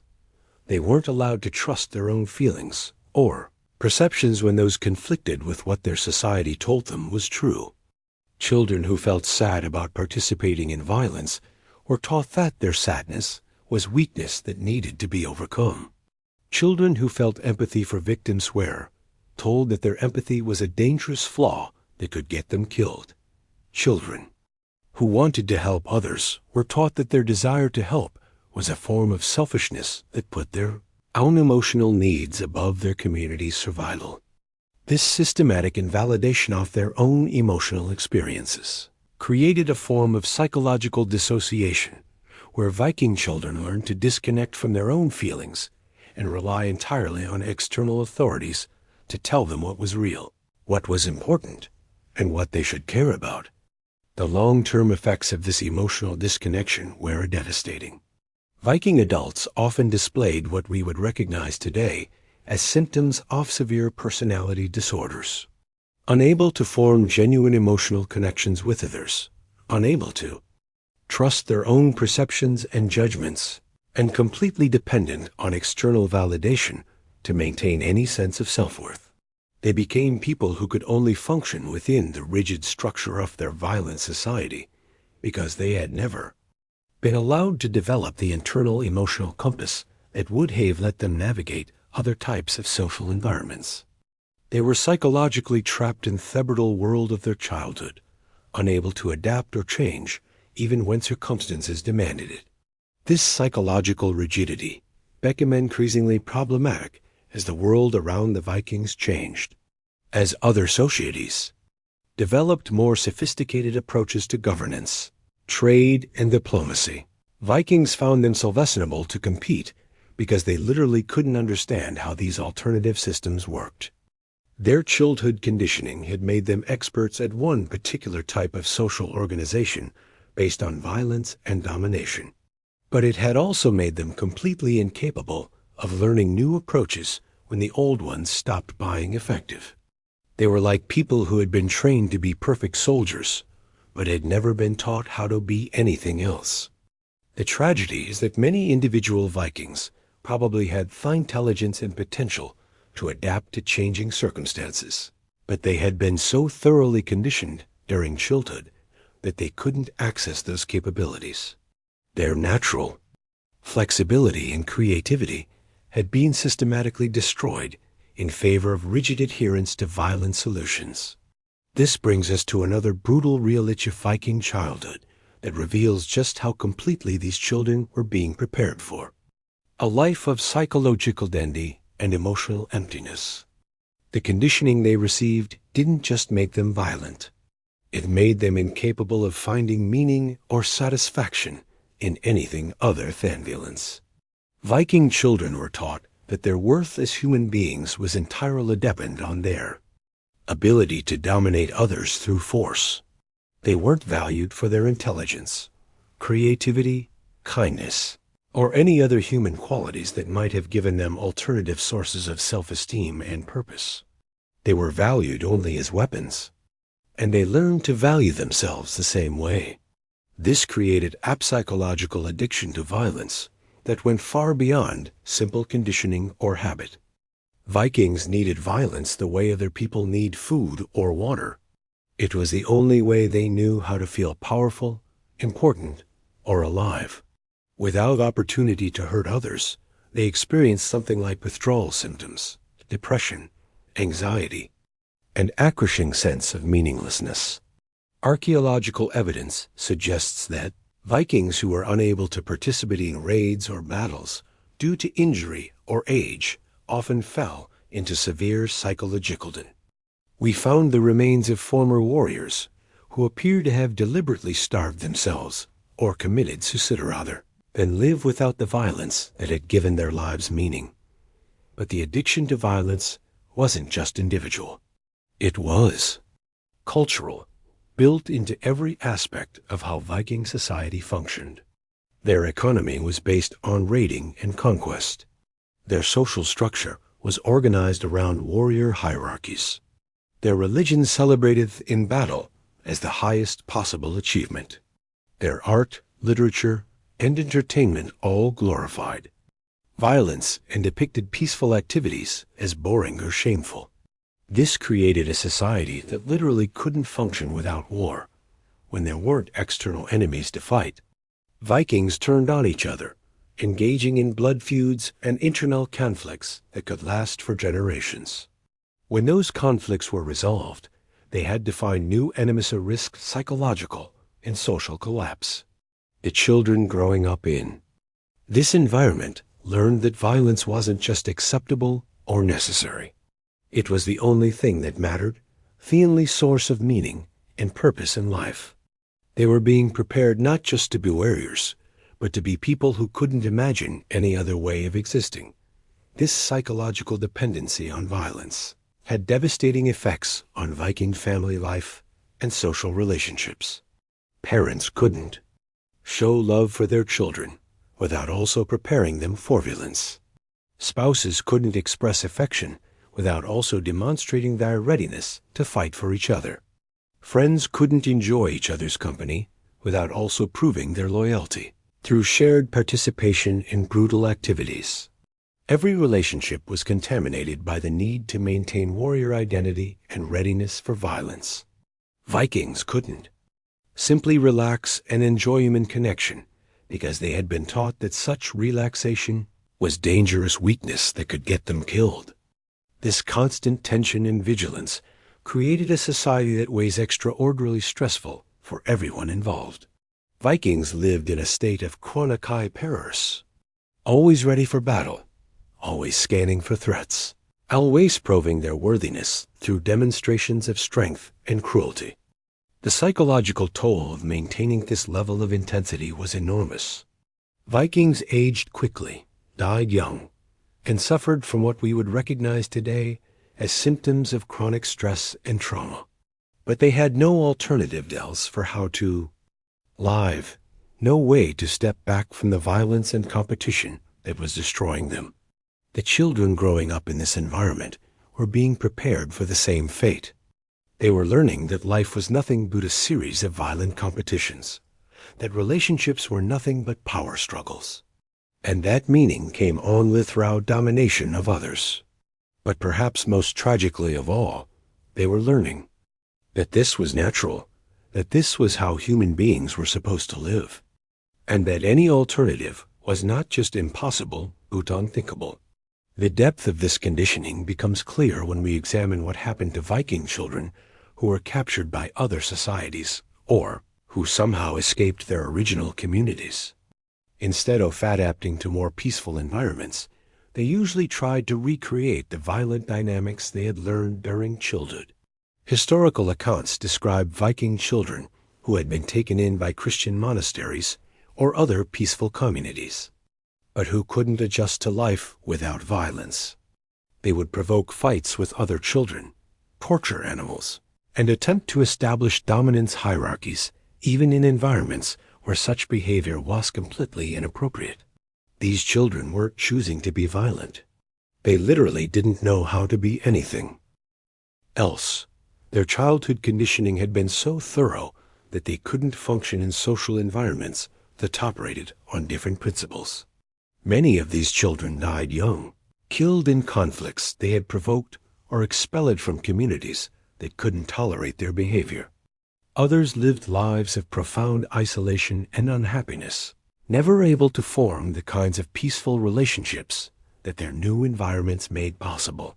The few who did manage to adapt usually required years of patient re-education and often suffered from severe psychological problems throughout their lives. They had to essentially rebuild their entire understanding of human relationships and social interaction from scratch, learning as adults what most children absorb naturally during their early development. But even the most successful cases of adaptation never fully recovered from their Viking childhood. They remained prone to violence under stress, unable to fully trust peaceful solutions to problems, and haunted by theories of the brutality they had both witnessed and participated in during their early years. This suggests that the damage done by Viking child-rearing practices wasn't just behavioral or cultural. It was neurological, literally rewiring the brain in ways that were difficult or impossible to reverse. The children who survived this system were permanently changed in ways that affected every aspect of how they related to the world around them. The implications of this neurological damage become even more disturbing when we consider that it was being passed down through generations. Viking parents, who had been damaged by their own brutal childhoods, were the ones responsible for raising the next generation of children. They couldn't teach what they had never learned. They couldn't provide the emotional security, unconditional love, and peaceful conflict resolution that healthy child development requires because they had never experienced these things themselves. Instead, they could only pass on the trauma, violence, and emotional dysfunction that had been passed on to them. Each generation became slightly more damaged than Theon before, slightly less capable of human connection, slightly more dependent on violence as their primary way of relating to others. This generational transmission of trauma created a downward spiral that ultimately contributed to the collapse of Viking civilization. As each generation became more psychologically damaged, they became less capable of the flexibility, cooperation, and innovation that complex societies require to survive and thrive. They became increasingly rigid in their thinking, increasingly dependent on violence as a solution to all problems, and increasingly unable to adapt to changing circumstances or learn from other cultures. The world around them was evolving, developing new technologies, new forms of social organization, and new approaches to governance and diplomacy. But the Vikings remained trapped in the psychological patterns that their childhood conditioning had created, unable to grow or change, even when their survival depended on it. The archaeological evidence of this generational decline is heartbreaking when you really examine it closely. Later Viking burial sites show children who died even younger than their predecessors, with bone analysis revealing stress markers that indicated they were pushed even harder, broken even more thoroughly than previous generations. We're looking at a society was literally destroying itself from within, one childhood at a time. But there's another layer to this tragedy that historians are only now beginning to understand. The Vikings weren't just creating damaged individuals. They were systematically eliminating the very human qualities that could have saved their civilization. Every child who showed creativity, innovation, or the ability to think beyond violence was either killed, broken, or driven away. What remained was an increasingly narrow gene pool of people who could only function within their brutal system. Think about what this means in practical terms. When Viking settlements encountered new challenges, climate change, resource depletion, technological advances by their enemies, they couldn't adapt because adaptation required exactly seconds of flexible thinking and cooperative problem solving that their child-rearing practices had systematically destroyed. Archaeological excavations from the later Viking period show settlements that were clearly failing, but where the inhabitants kept trying the same violent solutions over and over again, even when thought the solutions obviously weren't working. They were like people trapped in a burning building who kept trying to put out the fire with gasoline because that was the only tool they had been taught to use. One particularly tragic example was discovered in Greenland, where researchers found evidence of a Viking settlement that starved to death despite being surrounded by abundant food sources. The problem wasn't that food wasn't available. The problem was that accessing those food sources required cooperation with the local Inuit population who had developed sophisticated techniques for surviving in that harsh environment. But the Vikings couldn't cooperate. Their childhood conditioning had made them incapable of seeing other people as anything but enemies to be conquered or threats to be eliminated. When they encountered the Inuit, instead of learning from them, they tried to fight them. When fighting failed, they couldn't conceive of alternatives. So they died, surrounded by plenty, because if they literally couldn't imagine a world where survival came through cooperation rather than domination. This brings us to what might be the most devastating aspect of Viking childhood. The children who saw through the system but were powerless to escape it. Archaeological and historical evidence suggests that some Viking children maintained enough of their natural empathy and intelligence to recognize that their society was deeply wrong. But they had no way to act on that recognition without being killed. We found what appeared to be hidden burial sites, where young people were interred with symbols and objects that suggest they had tried to practice alternative forms of spirituality or social organization. These weren't the graves of children who had died from natural causes. These were the remains of kids who had been executed for trying to create something different, something better than the brutal world they had been born into. One discovery in Norway revealed what archaeologists believe was a secret meeting place where Viking children had been gathering to share food, comfort each other, and practice nonviolent forms of play and interaction.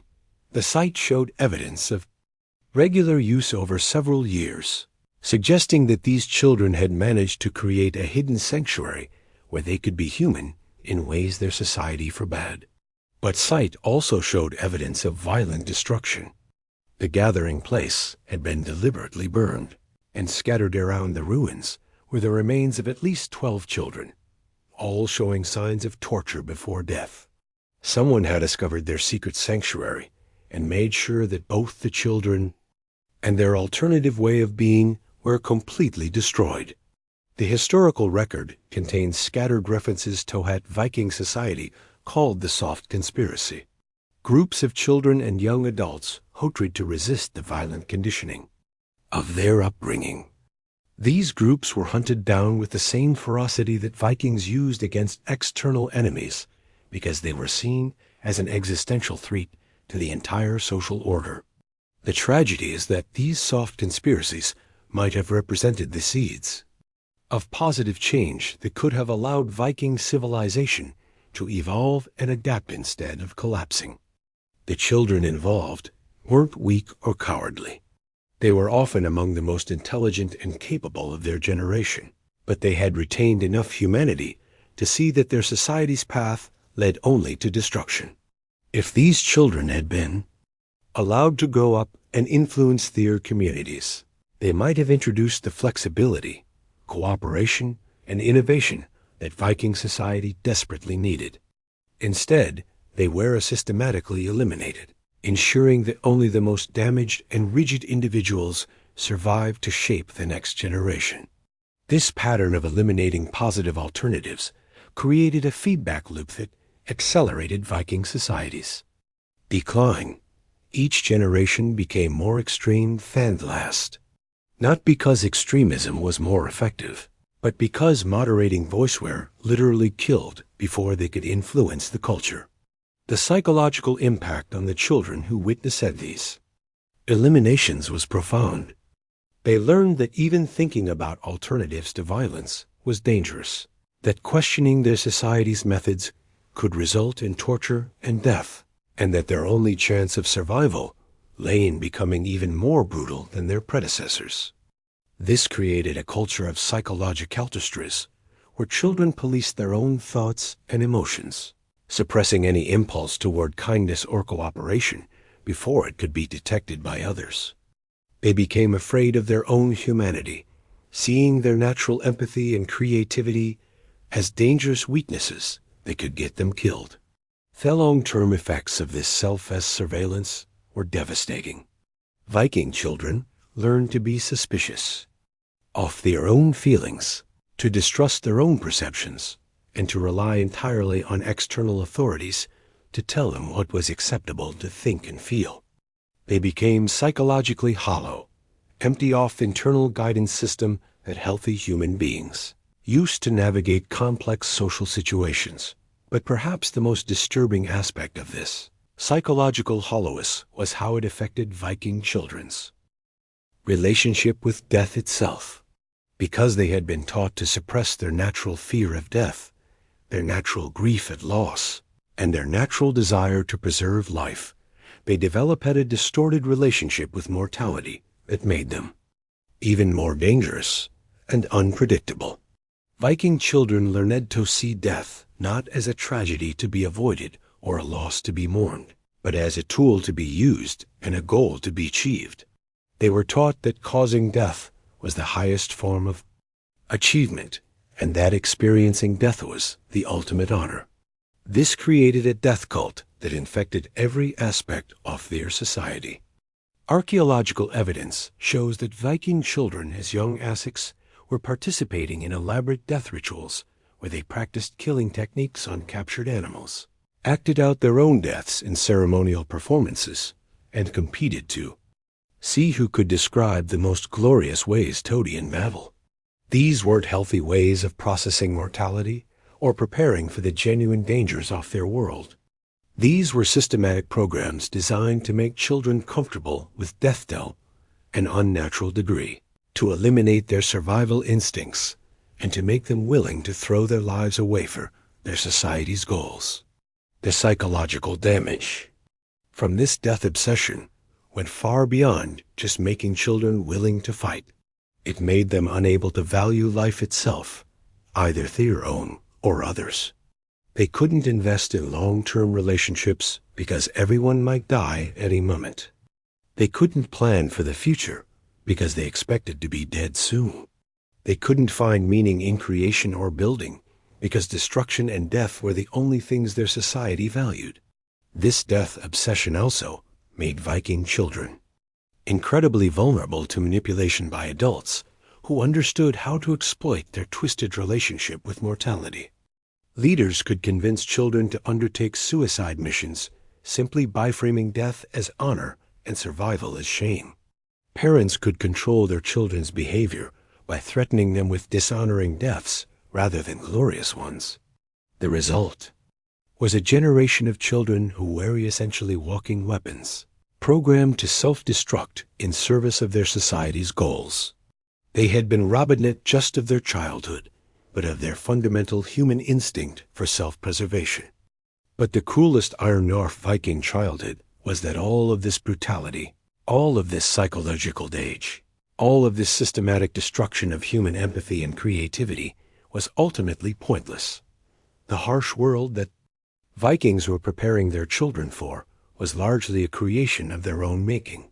Other societies living in similar climates and facing similar challenges found ways to survive and thrive without resorting to the extreme brutality that characterized Viking culture. The harsh winters, the limited resources, the threats from enemies, these were real challenges, but they weren't insurmountable obstacles that required the complete sacrifice of human decency. Archaeological evidence from contemporary societies in similar environments shows that it was possible to prepare children for hardship without destroying their capacity for cooperation, empathy, and innovation. Other cultures developed child rearing, practices that built resilience without breaking spirits, that created capable adults without eliminating their humanity. The Vikings had convinced themselves that their brutal approach was the only way to survive in their harsh world. But this was a delusion created by their own psychological damage. They couldn't imagine alternatives because their childhood conditioning had made alternatives literally unthinkable. This self-created trap becomes even more tragic when we consider the potential that was lost. Viking children were often highly intelligent, creative, and capable. Under different circumstances, they might have become artists, inventors, diplomats, or leaders who could have built something lasting and beautiful instead of the temporary empire of terror that their society actually created. But their potential was systematically destroyed in service of creating weapons rather than human beings. They were taught to see their intelligence as useful only for planning attacks, their creativity as valuable only for devising new forms of torture, their leadership abilities as meaningful only in the context of dominating others through violence. The waste of human potential was staggering. We're talking about generations of children who might have made incredible contributions to human knowledge, art, technology, or social progress, but were instead turned into instruments of destruction that ultimately destroyed their own civilization. This brings us to a question that haunts anyone who studies Viking childhood. Could things have been different? Were there moments when Viking society might have chosen a different path, when the cycle of brutality might have been broken? The historical record suggests that there were indeed such moments. There were Viking leaders who tried to introduce more moderate approaches to child rearing, communities that experimented with less violent methods of preparing children for adulthood, and individuals who attempted to preserve some space for human kindness within their brutal society. But these attempts at reform consistently failed, not because they were impractical or ineffective, but because they threatened the psychological foundations that Viking society was built on. A culture that had convinced itself that brutality was necessary for survival couldn't tolerate evidence that alternatives were possible without calling into question everything they had done to their own children. The adults who had survived the Viking childhood system had too much invested in believing that their suffering had been necessary and meaningful. Accepting that their children could be raised differently would have meant acknowledging that their own trauma had been pointless, that they had been damaged for no good reason. This psychological investment in their own trauma made Viking adults unable to consider alternatives, even when those alternatives were clearly more effective. They would rather continue destroying their children than admit that they themselves had been destroyed unnecessarily. The result was a society trapped in a cycle of trauma that it couldn't break, because breaking it would have required acknowledging the full horror of what they had been doing to other children for generations. It was easier to continue the brutality than to face the truth about what that brutality had cost them. This psychological trap reveals something profound about how trauma can become self-perpetuating across generations. It's not just that traumatized people tend to traumatize others. It's that they often become psychologicalized in the belief that their trauma was necessary and meaningful, making them unable to prevent similar trauma from happening to others. Viking parents weren't just passing on trauma because they didn't know better. They were actively choosing to traumatize their children because not doing so would have meant confronting the possibility that their own suffering had been pointless. The alternative that they could have been raised with love and kindness and still become capable adults was too threatening to their sense of identity and meaning to be considered. This ecological dynamic helps explain why Viking society became more extreme over time rather than moderating as they gained experience and knowledge. Each generation needed to believe that their suffering was not only necessary but superior to what previous generations had endured. This created an escalating spiral of brutality where each cohort of parents felt compelled to be even